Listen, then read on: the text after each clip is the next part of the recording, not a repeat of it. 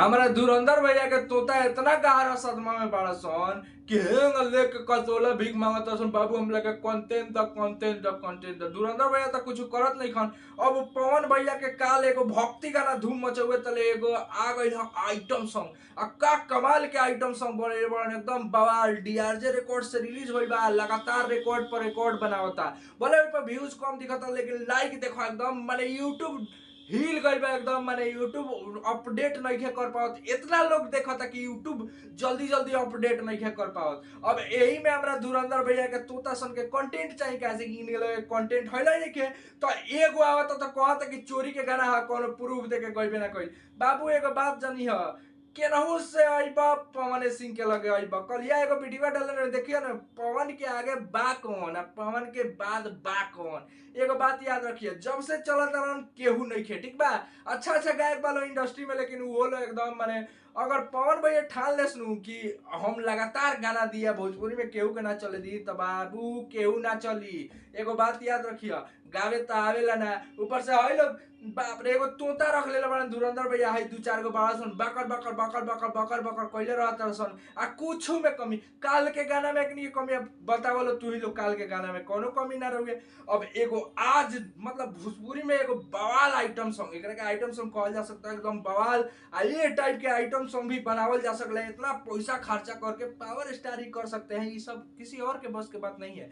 ये जो है फिल्म का लेवल का एक आइटम सॉन्ग पावर स्टार दिए हैं एकदम माने पूरा यूट्यूब पर बवाल मच गई बा। अब यही में एक के एक वाइल तो कहता कि गाना हवे चोरी के लेकिन कोनो एथी देके ना गइल खाली एगो वीडियो बना देने कि गाना चोरी के ह। कंटेंट तो कुछ होइला ही नहीं के आवा कुछ लोटा लेके पानी लेके आ यूट्यूब पर आके चल जा बस इतने बड़ नहीं बा।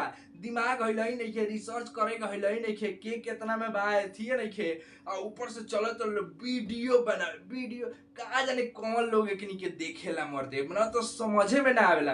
बाकी एकनी के बात हटावा एकनी के छोड़ा एकनी के सदमा में बड़ा सन गहरा सदमा लाग गइल बा कैसे कि क दिन हो गई हमारा देखे से कितना दिन हो गई डीजे पर गाना सुन ले हमारा धुरंधर भैया के गोनवे कोई नहीं के भाई जहाँ देखो तहाँ only king power star Pawan Singh.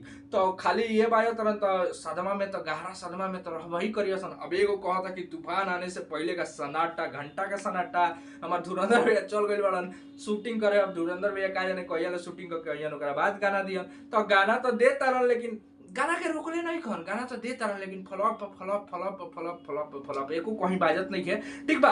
यही से बड़ा सन हमार तोतवा ई जौन धुरंधर भैया तोतवा रखले बड़ा ई गहरा सदमा में बड़ा सन आ कुछ बकत रहत रसन तो एकनी के बात पर ध्यान देला के जरूरत नहीं है कहां से एकनी के आदत बके के ठीक बा। बाकी अगर चोर के बात कही जाओ तो भोजपुरी इंडस्ट्री के चोर के है तो सब केहू जानता। और आज के गाना के बारे में बात कही जाओ तो का कमाल धमाल के एंट्री एकदम शेर जैसे एकदम के जब लात मरले बड़ा फिल्म वाला फील देता मरदे ही गाना आ ई कुली खाली काम पावर स्टार पवन सिंह ही कर सकते हैं। ऐसे जो है मतलब गाना अभी आज वो गाना रिलीज भइल तले अभी एगो और लाइन में बा जानता लोग कौन एंगल म्यूजिक से लाइटर वाला गाना अभी उ लाइने में बा ठीक बा। तो उ जब आई तो और एकनी के बौखलैया सन और ई गाना जोन बा हर जगह चौकी नाच के तूरे वाला गाना बा ठीक बा।